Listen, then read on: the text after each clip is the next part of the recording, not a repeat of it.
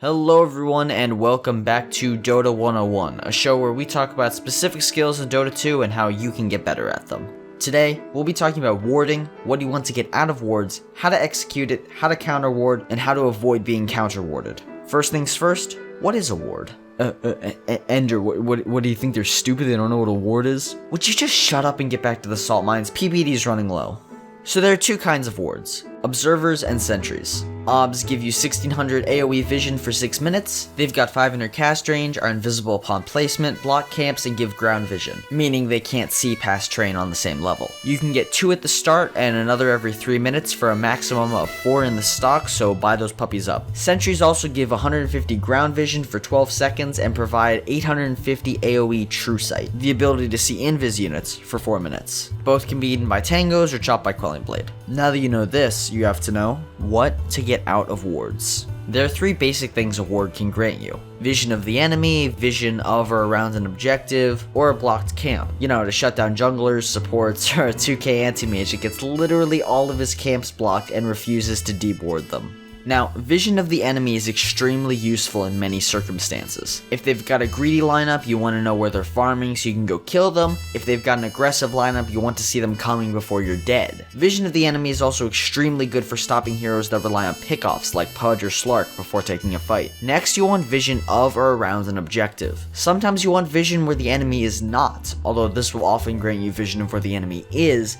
if the objective is really that important. Wards near towers, in jungles, by runes are extremely valuable for knowing what the enemy is capable of and or giving you vision of the area you're about to take. Finally, any decent ward should give you both of these things. A bad ward is a ward that can only see the enemy or only see a rune. To have real meaning, a ward must be able to see that legion farming and the area where Pudge could be ganking. It needs to know what rune the Tinker is getting and which direction he's heading.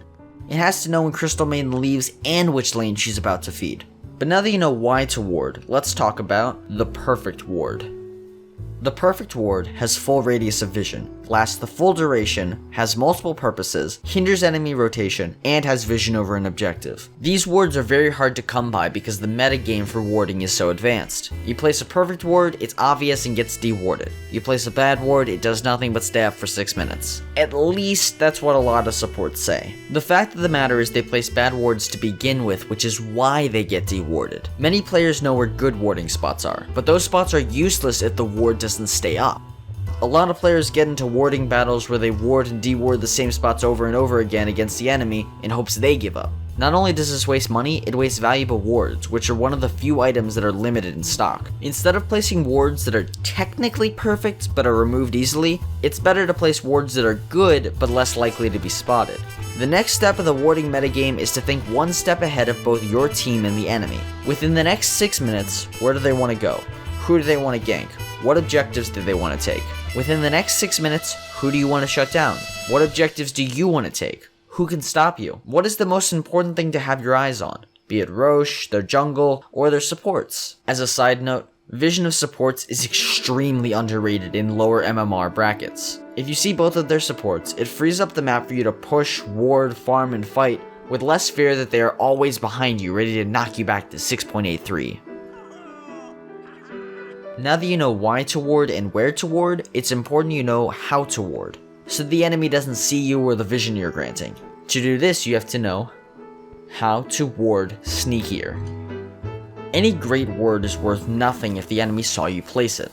Let me set the stage.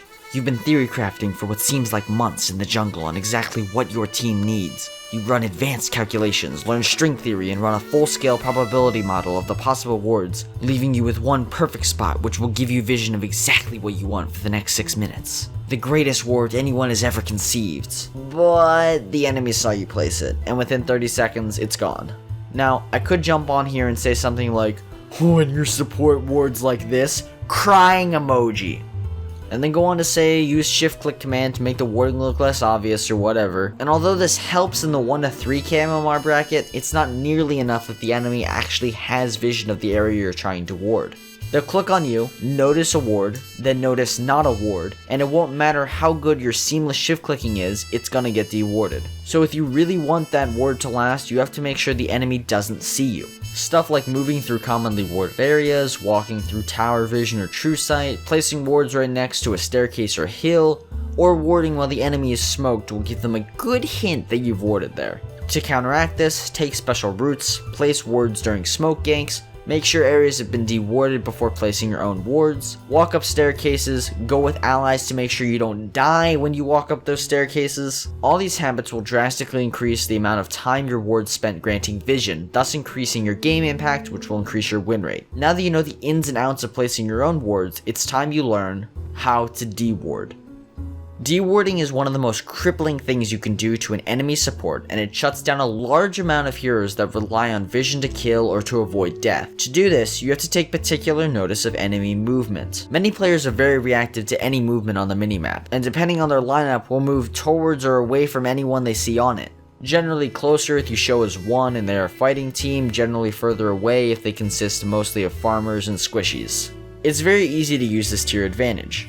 Go to an area you know isn't covered by normal tower or creep vision and see how the enemy in the nearest lane reacts to your movement. Did the Nyx just leave lane? Did the anti-mage just go jungle? Did you just die because you're a solo support walking into the middle of ward vision against an enemy spirit breaker?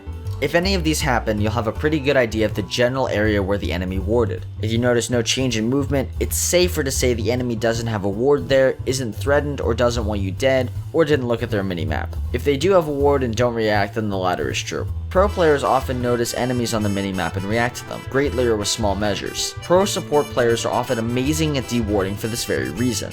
The pro support player takes particular notice of where and when these changes occur. Once he notices these changes, he deduces where the ward could be based on who he's playing against. In this case, what skill bracket, hero, or lane setup you're playing against, and where they could have rotated in the last 6 minutes. A support babysitting a carry will be forced to ward much closer to the carry than if it were a roaming support or just a straight up ganker.